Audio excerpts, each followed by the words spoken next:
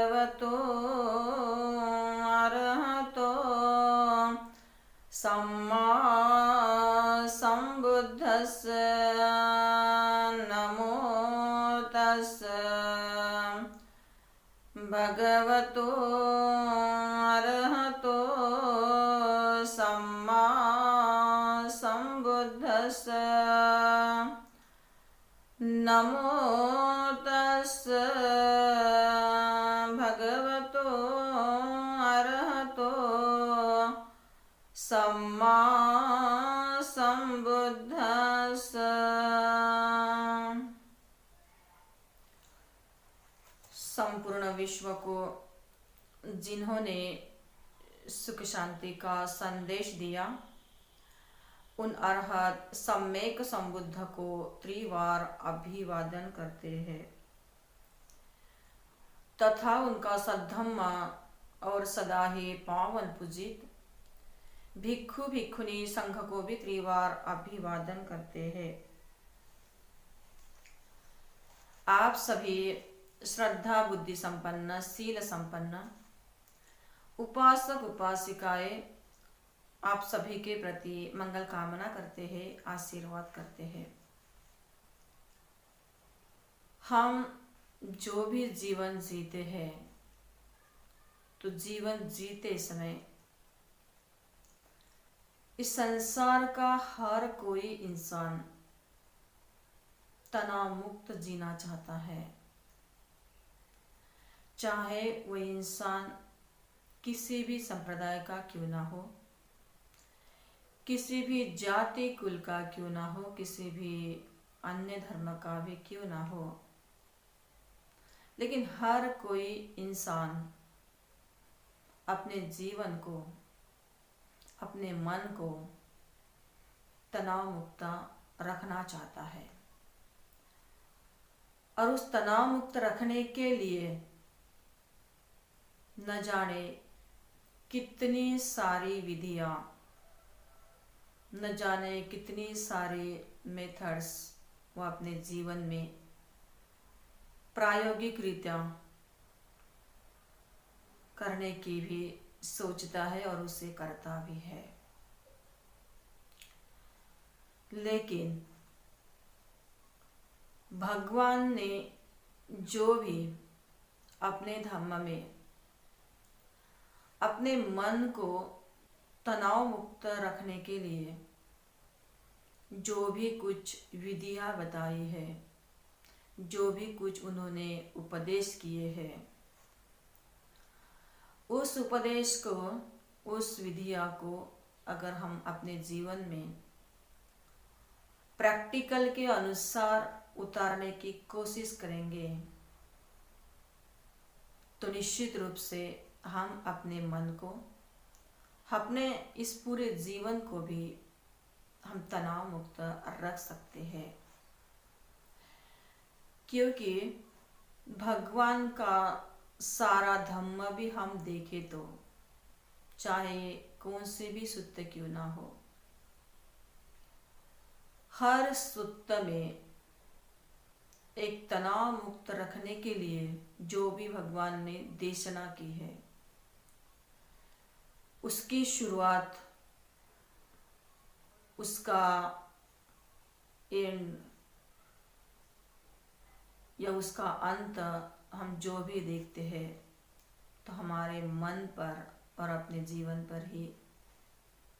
समाप्त हो जाता है।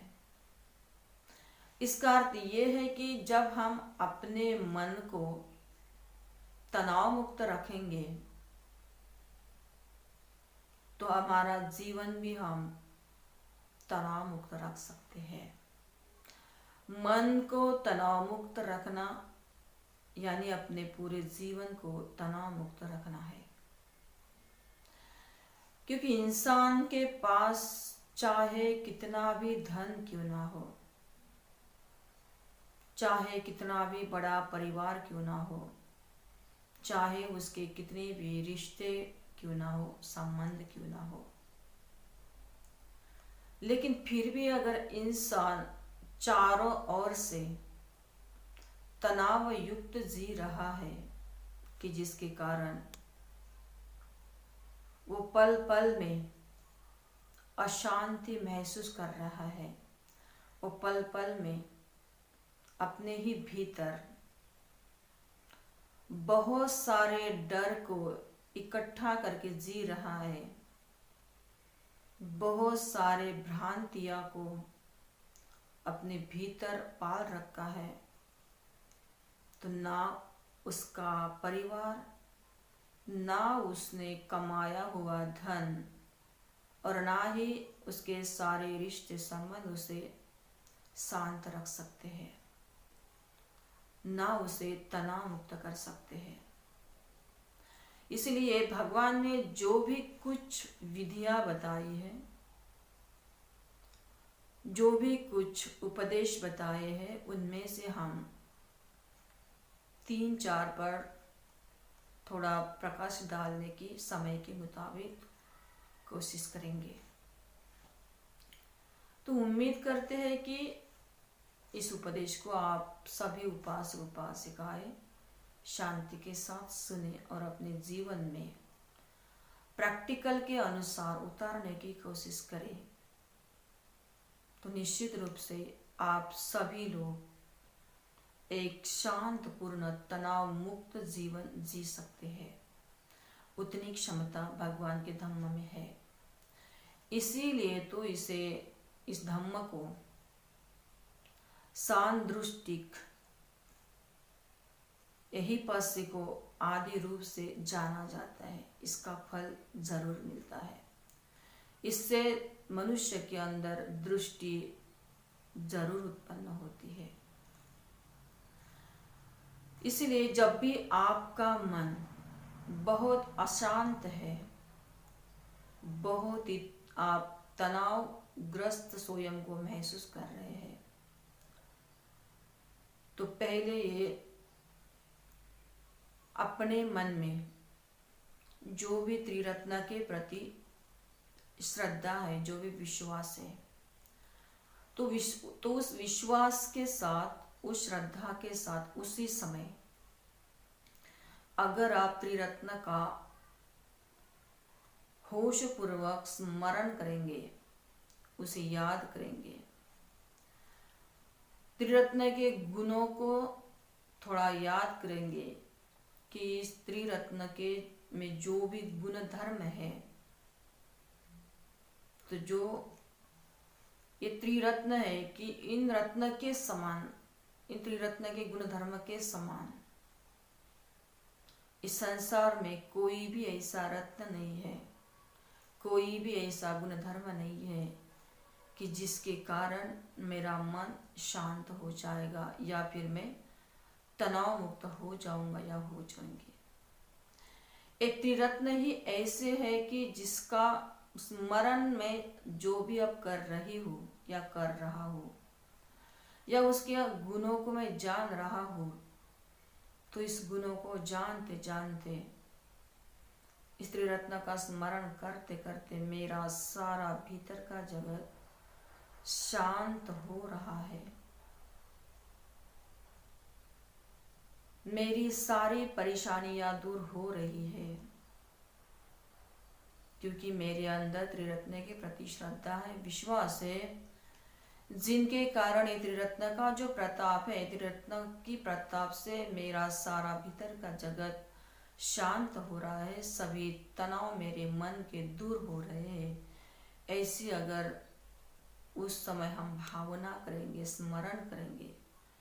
तो आप पाएंगे उसी समय हम अपने मन को पूरी तरह तनाव मुक्त महसूस करेंगे। ये पहली विधि है।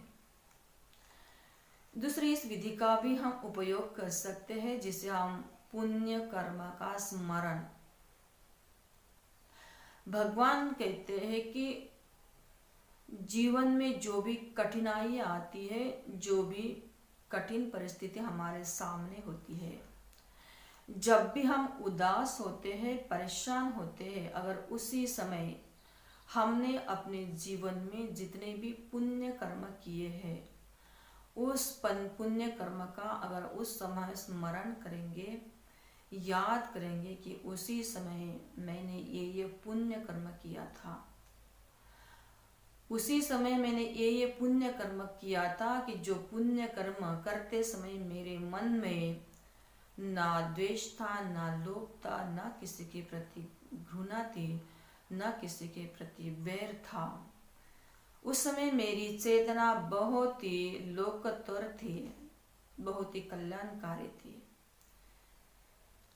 ऐसा पुण्य कर्म का अगर उस समय हम स्मरण करेंगे, उसकी भावना करेंगे, तो भगवान कहते हैं कि उसी समय आपका अशांत चित्त शांत हो जाएगा। आप पूरी तरह से भीतर को स्वस्थ महसूस कर पाएंगे, क्योंकि भगवान कहते हैं जब भी हम पुण्य कर्म का स्मरण करते हैं तो जिस तरह एक कोई इंसान प्यासा हो और उसे बहुत जोर से प्यास लगी हो और उस प्यास को बुझाने के लिए अगर उसने एक गिलास शीतल जल पिया हो तो उसी वक्त वो अपने एक गिलास पिए हुए जल से अपनी सारी प्यास को बुझाते हुए देखकर शांत होता है, प्रसन्न होता है, क्योंकि उसका वो अनुभव होता है। इसीलिए इसी तरह भगवान कहते हैं जब भी आप अपने जीवन में जब पर उदास होते हो, जो भी आपके सामने कठिन परिस्थितियां हैं, जिस समय आप अपने आप को तनाव युक्त महसूस कर रहे हो, अगर उसी समय आप अपने जीवन में किए हुए पुण्य का स्मरण करेंगे, किए हुए पुण्य कर्म का अगर स्मरण करेंगे, उसे सच्चे और पवित्र मन से याद करने की कोशिश करेंगे, तो भगवान कहते हैं उसी समय आपका चित्त बहुत ही शांत हो जाएगा, आपका सारा तनाव दूर हो जाएगा। और भी तीसरी विधि भगवान ने बताई है, जिसे हम कहते हैं पुण्य कर्म करना, पुण्य कर्म करने के बारे में सोचना और उसे प्रैक्टिकल स्वरूप में करना।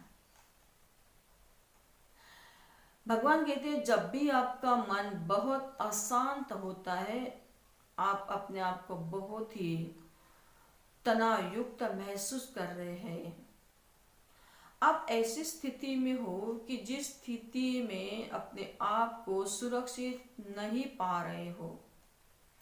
चारों ओर से आप समस्या की जंजीर में जकड़े हुए जब ऐसा महसूस कर रहे हो, तो भगवान कहते तुरंत ही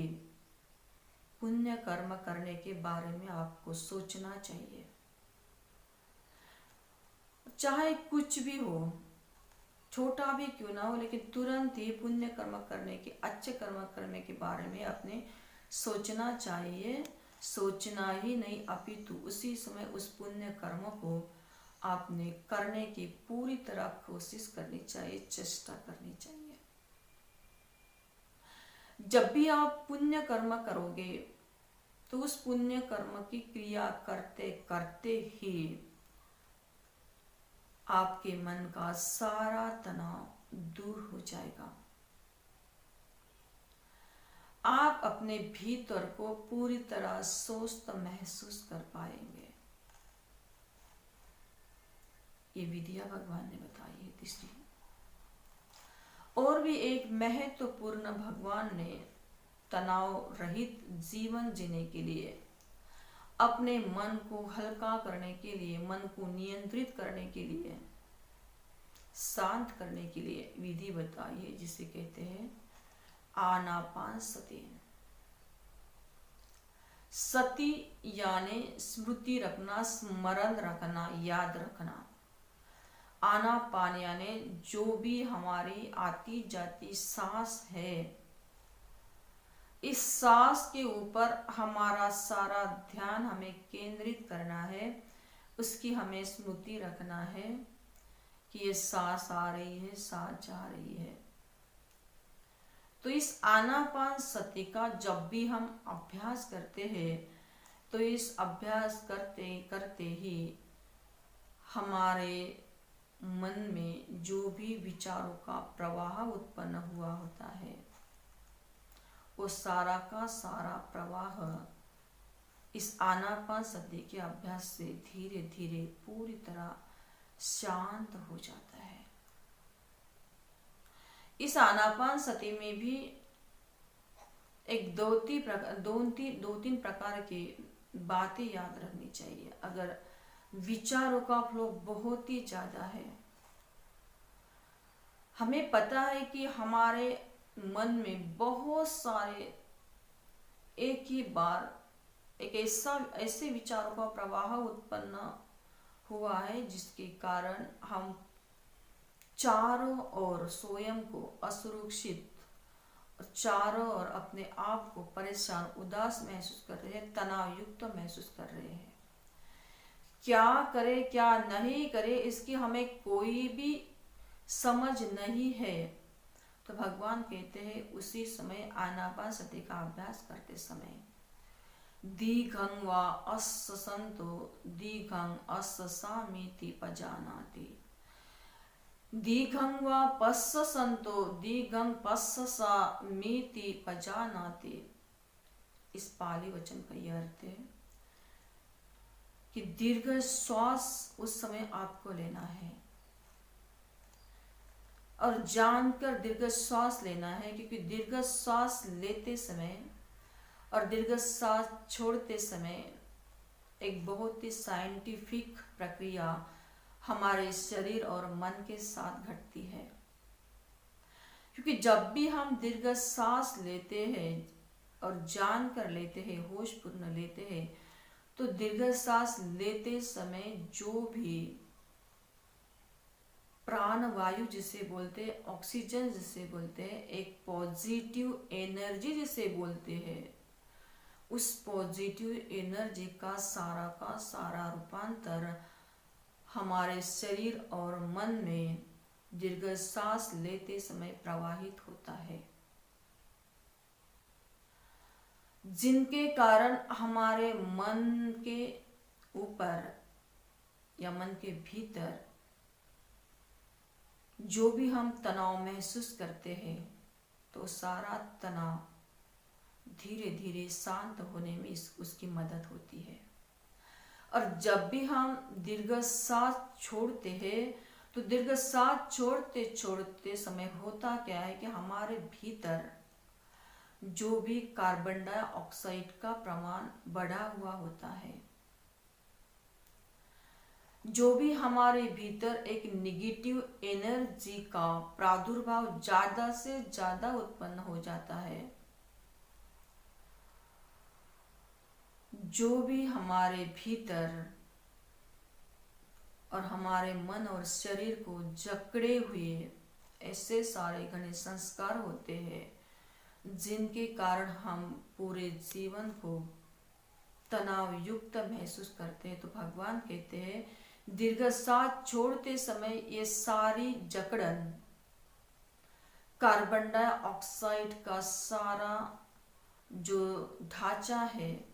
वो सारा दीर्घ सांस छोड़ते समय बाहर फेंका जाता है, जिसके कारण हमारे शरीर में जो भी छोटी बड़ी वेंस होती है, जो भी छोटी बड़ी ब्लड सर्कुलेशन की वेंस होती है, वो अपने आप खुल जाती है, जिनके कारण हमारे शरीर में ब्लड सर्कुलेशन बहुत अच्छी तरह से होने में इसके कारण मदद हो जाती है, और हमारे शरीर और मन को ये पूरी तरह दीर्घ सांस का अभ्यास तनाव रहित कर देता है, हमें तनाव मुक्त कर देता है, हमारे विचारों को फ्लो को नियंत्रित करता है, विचारों के प्रवाह को रोकता है, उसे दूर करता है, और हम स्वयं अपने आप को भीतर से स्वस्थ महसूस कर सकते हैं। तो ये दीर्घ सांस का अभ्यास है, जिसे आनापानसति में किया जाता है। क्योंकि जैसे ही हम दीर्घ सांस का अभ्यास करते हैं तो ये दीर्घ सांस करते करते हमारा मन और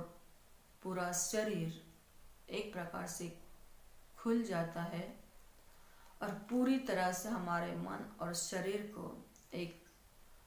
पॉजिटिव एनर्जी मिल जाती है, जिसके कारण हमारा मन और शरीर स्वस्थ होने में बहुत बड़ी मदद होती है और मन भी बहुत ही शांत हो जाता है और हम स्वयं को बहुत ही अच्छी तरह से प्रसन्न चित्त महसूस कर सकते हैं। तो ये बहुत सारी विधियां भगवान ने बताई है, तो हमने दो चार विधियां को आपके सामने रखिए। इसका अगर आप अपने जीवन में पूरी तरह से प्रयोग करेंगे,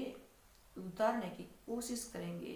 तो निश्चित रूप से आपका मन पूरी तरह हल्का हो जाएगा,